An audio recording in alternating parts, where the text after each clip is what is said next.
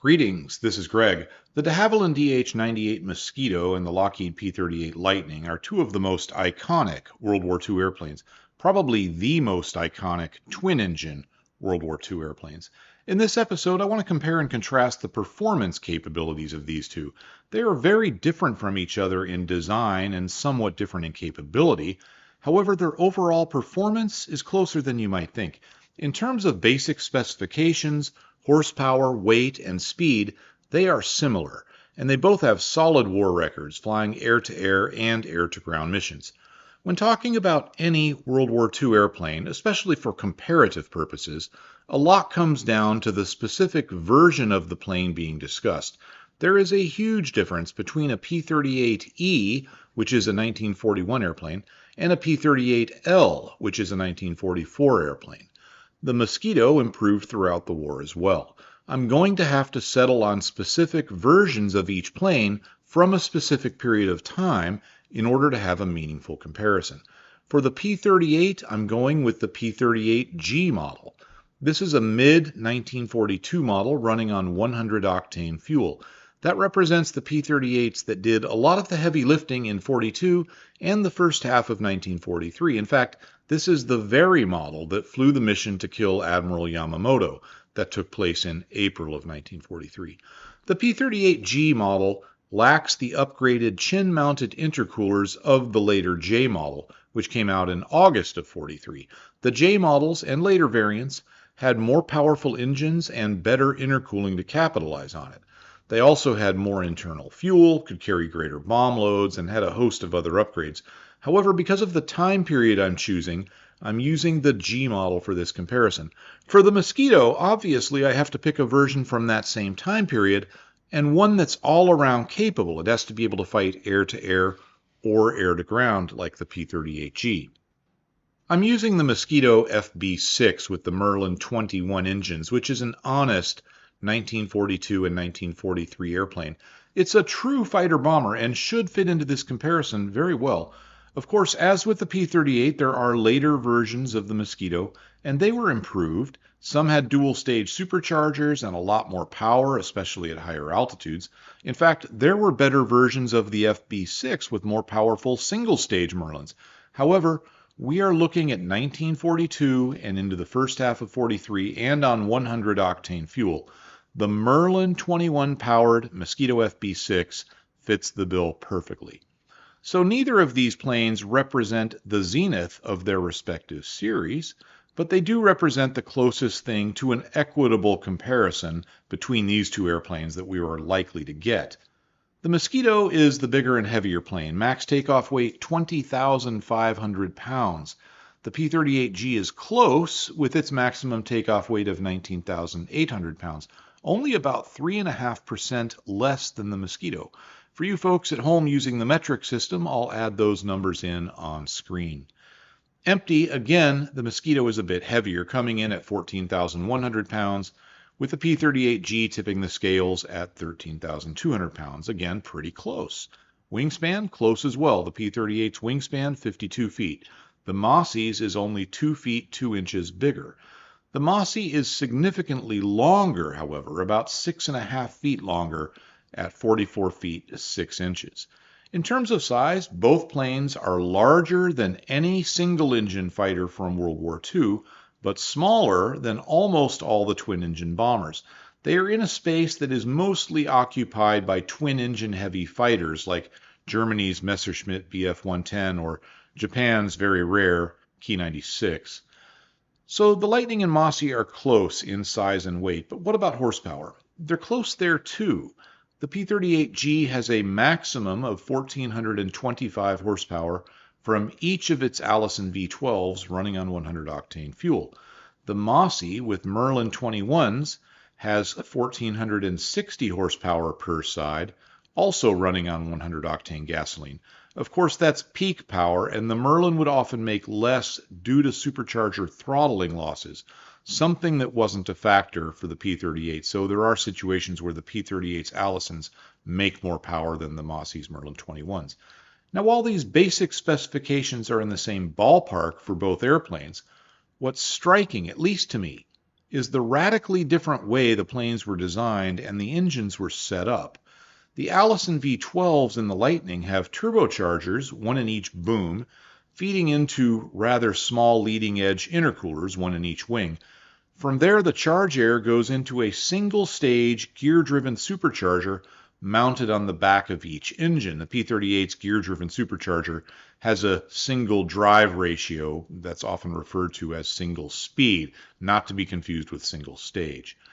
The Merlin V12s in the Mosquito have a comparatively simple supercharging system, just a single-stage gear-driven supercharger, but with two different drive ratios, which we can call low and high. The airframes are hugely different as well. I have covered the design and construction topics already, so please check out those videos if interested. The short version is that the P-38 was at the time using the latest modern construction techniques, all metal, flush riveting, and so on. Again, it's all in this video, and I'll put a link to this and the Mosquito construction type video in the description. The Mosquito was built almost entirely of wood. Obviously, things like engines, engine mounts, landing gear were metal, but the wings, fuselage, and tail were mainly made out of wood. If you haven't seen my video on the Mosquito construction, please watch it, but the short version is that at the time of the Mosquito's development, de Havilland had very little experience in building metal airplanes. However, they had a lot of experience building airplanes out of wood, so they went with wood. Wood offered some advantages over metal construction, but also some drawbacks. When the pros and cons are added up and the ledger is balanced, metal construction comes out ahead, which is why everyone, including de Havilland, eventually went to all-metal construction for warplanes. That said, the wood construction of the Mosquito was so good that it caused no real drawbacks in performance, but that's a testament to the skill and knowledge of the people at de Havilland more than to wood construction in general. In terms of the construction, the P-38 is very different. Again, I have an entire video on this, so I'll just summarize it here. The twin boom design did not offer some huge performance advantage over a conventional twin engine layout. It was chosen entirely for packaging reasons. When trying to fit in two liquid-cooled V12s with gear-driven superchargers, exhaust-driven turbo superchargers, and an intercooling system, the twin boom layout solves a lot of your packaging problems. When the P-38 first flew in 1939, it was the most advanced airplane in the world with its all-metal construction, fully enclosed retractable gear, flush riveting everywhere, and Fowler flaps. While the Lightning and Mosquito are similar in basic specifications, wingspan, weight, and so on, they couldn't really be much more different in design. It's like their designers were from different planets. The early P-38s, including the G model, had a number of problems. Not problems that kept them out of combat, just problems that held them back a bit. For example, and we're going to see this a little bit later, Lockheed put the intercoolers in the leading edges of the wing. This was in the interest of keeping the drag low. However, the cooling air was provided to the intercoolers by a very small hole in the wing just outboard of the engines. That hole provided enough cooling air for the earliest versions of the plane that had 1,000 or so horsepower per side, but not enough for the G model's 1,425 horsepower engines. On that subject, let's take a look at the maximum speeds of these two planes. I'll put the Lightning up first. These numbers are from a test that was done in February of '43. It shows a maximum speed of 404 miles per hour at 22,600 feet. Now that might seem a little on the slow side if you've looked at P-38 numbers before, and there are a couple reasons for that. First, normally when P-38 speeds are published, they tend to be for later versions with more power and thus more speed. The other factor here is that while the P-38G technically has engines with 1,425 horsepower per side, actually getting that power out of them was a problem. Engines have temperature limits. In the case of the P-38, that means coolant temperature limits, oil temperature limits, and carburetor air temperature limits.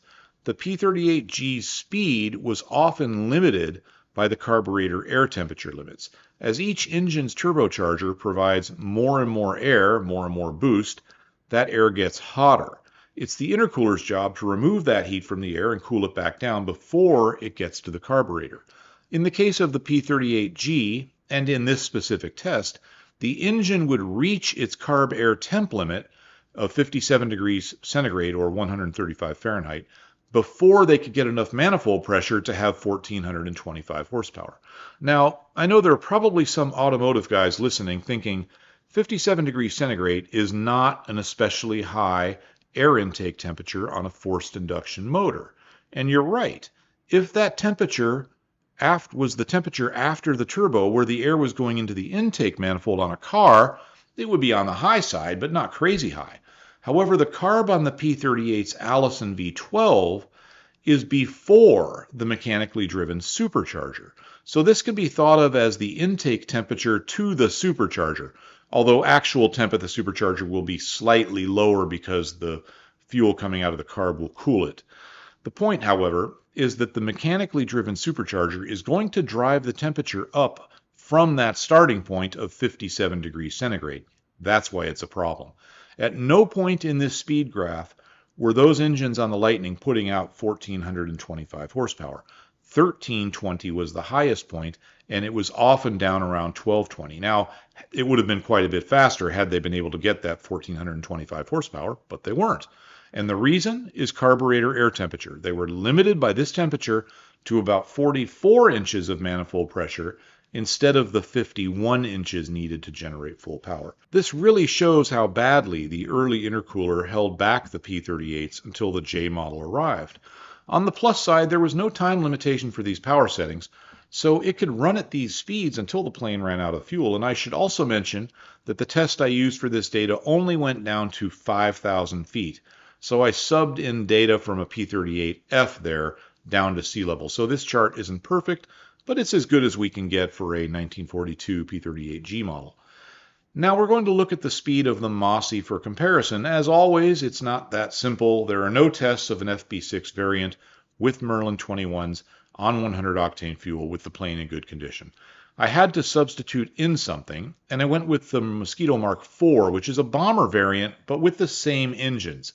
It didn't have the later bulge bomb bay, so other than the differences between the noses, the FB6 of course having the gun nose and the Mark IV having the bombardier nose, these are about the same in terms of performance. If anything, the Mark IV bomber should be the faster of the two, as the gun ports and barrels of the FB6 do add some drag. The test was run at 9 pounds of boost, which could be run for 1 hour. That's not as long as the P-38, but an hour is a long time. I should specify that I couldn't find the time limitations for the Merlin 21 specifically, but 9 pounds of boost for 1 hour is the time limit for the Merlin 23, which is a nearly identical Merlin engine but with slightly different supercharger drive ratios for that 2-speed supercharger. The Merlin engines were built in many variations. They were constantly being improved or adapted for different applications.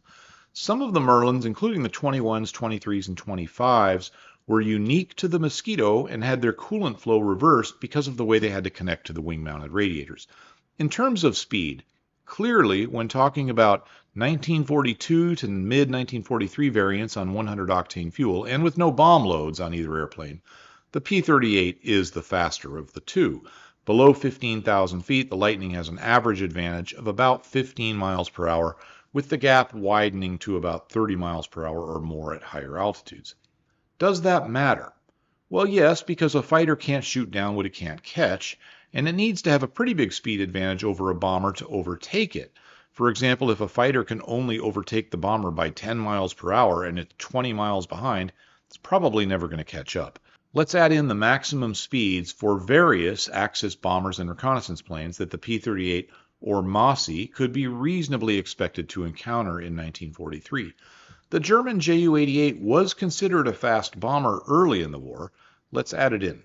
On this chart, it's almost off-scale slow, all the way back at 290 miles per hour at about 17,400 feet.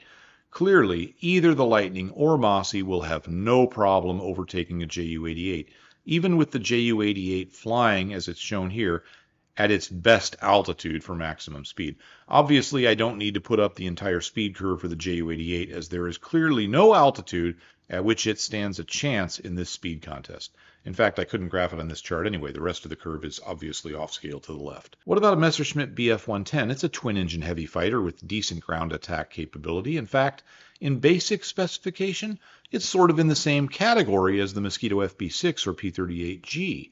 It's way behind also. This is the fastest test I could find for a 110.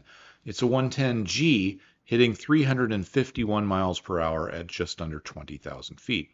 The Lightning can easily run this plane down, and the Mosquito can as well, but there might be some stern chase situations where the Mossie's 25 mile per hour edge might not be enough to catch it before it gets to safety. Think of it this way. If the Mossie is 10 miles behind with both planes at maximum speed, it will take over 20 minutes for the Mossie to pull that 110 into gun range. In that amount of time, a BF-110 flying towards friendly territory might be able to call for and receive some help. What about Japanese airplanes?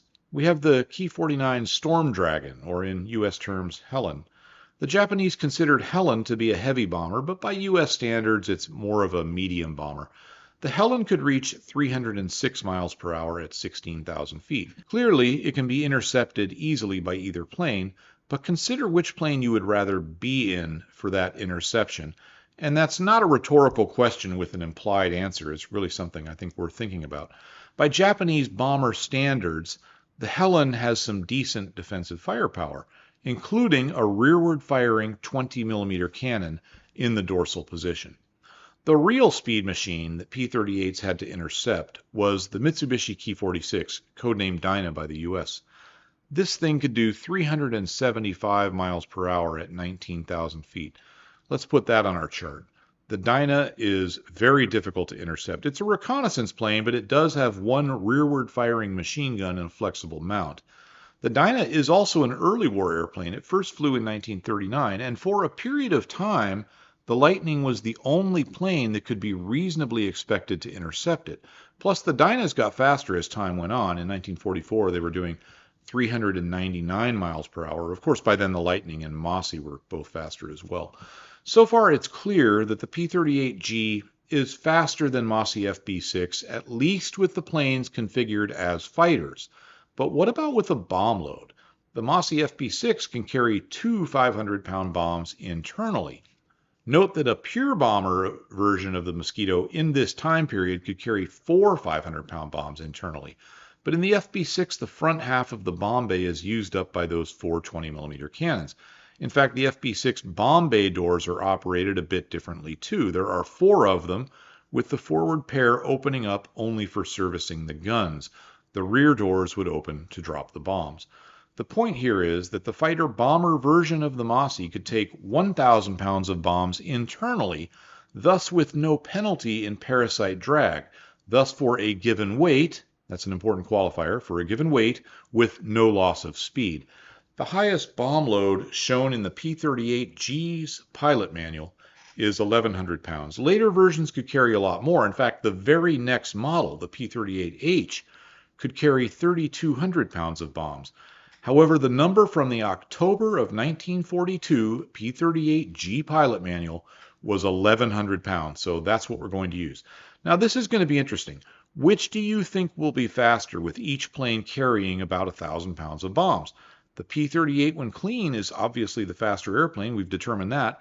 But will those external bombs slow the P-38 down enough for the Mossie to catch up? Pause if you want to think about that for just a moment. I'll go to the diagram in 3 seconds. The Mossie clearly wins this one with a speed advantage from 12 to about 35 miles per hour, and that is pretty meaningful if you're trying to get in and hit the target before you're intercepted. Now, in this case, the P-38 is being run with less power than it was in the maximum speed test shown in dark blue. With bombs on it, it's being run at 41 inches of manifold pressure and 2,600 RPM, and it can be run at that power with no time limit.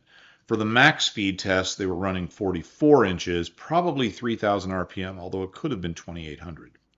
It's interesting that the Mossie runs 9 pounds of boost, which works out to 48 inches of mercury from its single-stage supercharger.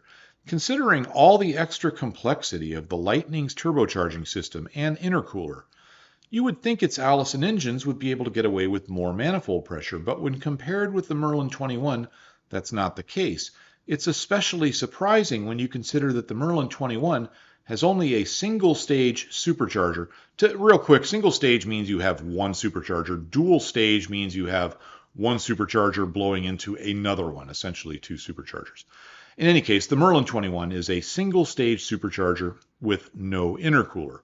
With both engines running on 100-octane fuel, they run about the same manifold pressure, and the Merlin makes more peak power.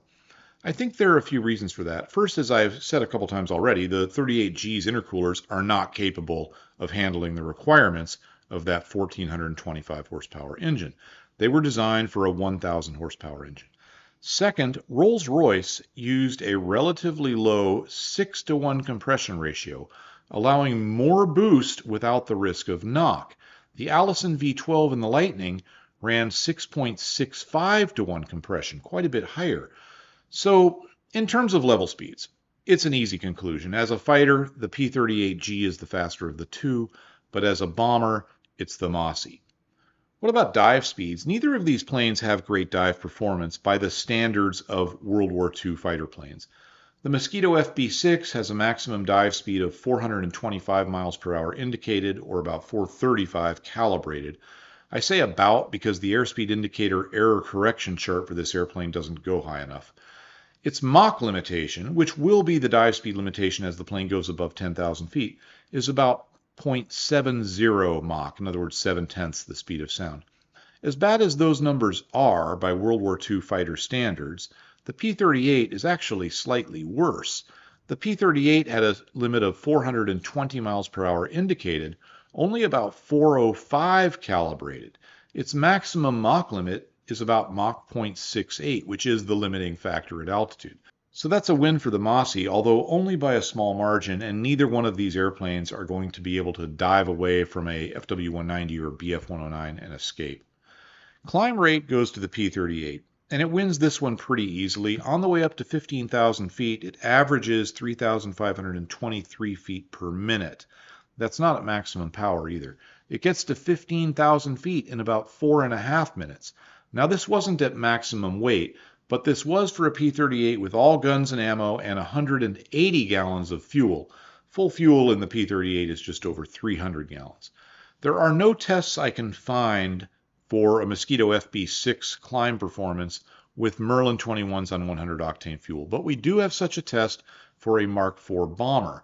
It gave a best rate of 2,500 feet per minute, so about 1,000 feet per minute less than the P-38, and a 9-minute time to 15,000 feet. Now that test for the Mossie was at a pretty high weight, but any way you look at it, any way you crunch the numbers, the P-38G outclimbs the Mosquito FB VI. Next, I want to look at the stall speeds because that gives us a pretty good window into turn performance. The pilot's manual for the Mosquito FB VI gives it to us as 121 miles per hour indicated, with the gear and flaps up at 18,000 pounds. That's a high weight, but would be typical of an FB6 with full ammo and nearly full internal fuel.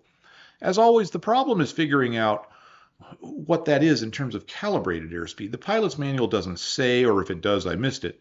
There's some tests of the plane that have the data, but they vary from about +2 miles per hour to about +6 miles per hour down in this speed range. I'm going to go at the lower end there, giving the Mossie the benefit of the doubt, and say its stall speed is 123 miles per hour calibrated. That's pretty low for a twin-engine airplane, and about equal to higher wing-loading single-engine fighters. For example, the FW-190A8 is right there in that same ballpark. For comparison, we will use a P-38 at 17,000 pounds. The pilot's manual gives a stall speed of 105 miles per hour indicated. However, it doesn't say which pitot-static system that's based on, and there were at least 2 used on the early P-38s, and they have different errors. So figuring out the calibrated stall speed could have been a problem. Thankfully, there is a U.S. Army Air Force test of stall speeds of the P-38G, so that's fortunate. It puts the indicated airspeed for gear up, flaps up stall at 98 miles per hour indicated, or 112 miles per hour calibrated. However, we need to correct it for weight to make this an equitable comparison. Stall speed varies with the square root of the increase in load factor. So we do the math and we get 120 miles per hour. It's slightly better than the Mosquito, but not much. However, the P-38 did have one design feature up its sleeve that would really help it out here: Fowler flaps. And the G model has a maneuver flap position for the Fowlers. This type of flap gives a large increase in lift with a relatively small increase in drag. With the flaps down, the P-38 stall speed at 17,000 pounds drops to an incredibly low 92 miles per hour calibrated. Of course, the Mosquito had flaps as well, but not Fowler's. They only dropped the stall speed of the Mosquito to about 114 miles per hour. Stall speed is a huge factor in turn performance. It's such a strong determining factor here that if at a given altitude one plane has a lower stall speed, a higher top speed, and better climb performance, that plane will outturn the other in both instantaneous and sustained terms. There are some exceptions to this. In one case, a plane might have a serious G limitation that becomes a factor, but generally this is a pretty solid rule of thumb. The P-38 will outturn the Mosquito in any apples-to-apples comparison. But the Mosquito does have good turn performance for a twin-engine airplane. It's just not as good as the P-38, especially if the Lightning's maneuver flaps come into play. The Lightning has the edge over the Mosquito not only in turn performance, but in the vertical as well, largely the result of its superior climb performance. Spins are prohibited in both airplanes. However, the P-38 could recover from a spin. There is a U.S. Army Air Force spin recovery training video showing a P-38 pilot performing a recovery from an 8-turn spin. That's impressive because the longer the spin has to develop, the harder it is to recover. Waiting 8 turns shows that the test pilot had a lot of confidence in this airplane. The same video shows a recovery from a spin with an engine out. The only video I have ever seen of a Mosquito spinning ended tragically. It was horrible, with the destruction of the plane, death of the crew. Now, I realize that statistically, that single video of the Mosquito spin doesn't mean much, but with the strong evidence for the P-38's ability to recover from a spin, I obviously have to give it the nod here in terms of spin recovery. And that matters because it allows the pilot to push the limits a bit more, knowing that worst case, if he spins it, he can recover, provided he has enough altitude. Both planes can do all normal aerobatics, loops and rolls and so forth, provided they are not carrying bombs or any external loads. However, in the Mosquito FB VI manual, there is a note saying to avoid aerobatics because it could damage the plane's special equipment. I want to talk about that special equipment in a later episode because it's very interesting. Now, in terms of maneuverability, the P-38 comes out on top, but the Mosquito is still pretty good for a twin-engine airplane. Comparing firepower, the Mosquito wins hands down, no way around that. Now the P-38's 450 cals hit hard, and the P-38 does have a single 20mm cannon. However, the Mosquito has 4 20mm cannons, and they're better. They were probably the best air-to-air guns of the war, and they are backed up by 4 303, that's .303 machine guns. Not great, but not nothing either. 303 weapons shot down a lot of planes in World War II, so we don't want to discount them. It's just that they're overshadowed by 50 cals and certainly by those 20 mils. The only real drawback the Mosquito has in regards to firepower is the pneumatic system for triggering the weapons. When the pilot triggers the guns, there's a slight delay before they fire. Normally it's not a big deal, certainly not a factor when you're chasing down bombers that are in a formation, but against enemy fighters it could be detrimental. Both the Mosquito and the P-38 had pretty good range, certainly by 1942 fighter plane standards. Let's take a look at fuel consumption, and from there we'll look at range. At 25,000 feet, at its most efficient power setting, a P-38G with no drop tanks will have a true airspeed of 287 miles per hour while burning a total of 73 U.S. gallons per hour. In that condition, the Lightning will be traveling 3.9 miles on each U.S. gallon of fuel. The Mosquito's numbers are not quite that good. At 25,000 feet with no drop tanks and at its most efficient power setting, the Mosquito will have a true airspeed 17 miles per hour slower at 270 and a fuel burn rate of 87 gallons per hour. That means the Mosquito, while flying at a lower speed, is getting only 3.1 miles per gallon versus the Lightning's 3.9. However, the Mosquito carries a lot more fuel, about 544 gallons internally to the P-38G's 303 gallons. I don't want to bore you with all the math, but I worked this out many different ways, and in all situations but one, the Mosquito has more range. As a bomber, it always has more range. As a fighter, In terms of radius of action, the FB6 always has more range than the P-38G. The one time the P-38G has more range than the Mosquito FB6 is when it's using a pair of 300-gallon drop tanks on a one-way trip, like a long ferry flight or what was called a shuttle mission. That's a mission in which you overfly enemy territory, and instead of turning back once you hit the target, instead you continue on to friendly territory on the other side. For example, a raid launched from England could attack targets in Germany, then continue on to Africa or the Soviet Union, and this was done. This is probably a pretty good point to start bringing this video to a conclusion. I'll have to talk about the actual missions and usage of these two planes in another episode. I also want to talk about the aircraft systems in these two airplanes, hydraulics, pneumatics, and so forth. There are some strong differences there. In terms of performance, these two planes are pretty close. The P-38G is faster unless the planes are carrying bombs, then the Mosquito is faster. The P-38G can pretty easily outclimb Mosquito FB6, but the Mosquito has slightly better dive performance. In terms of maneuverability, it's the P-38. In terms of firepower, it's the Mosquito. In terms of range, the Mosquito has the edge, especially as a bomber. As a fighter, its range advantage is reduced, but still there.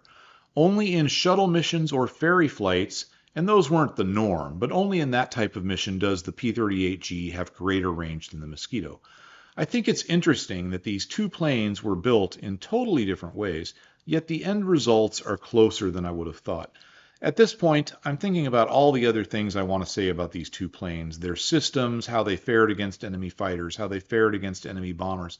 I especially want to talk about the special equipment used in the FB6 to allow for, let's say, somewhat accurate bombing at night, something the P-38G obviously couldn't do at all. For that matter, I don't think any other plane could do that in late 1942. I'll get into all that stuff in another video. Please like and subscribe. Consider joining my Patreon. Patreon members get access to all of these pilot manuals and other historical documents I use in the creation of these videos, and early access to the videos and the ability to watch them ad-free during that early access period, as well as relatively easy communication with me if they have any questions. Thanks very much for watching. Goodbye, and have a great day.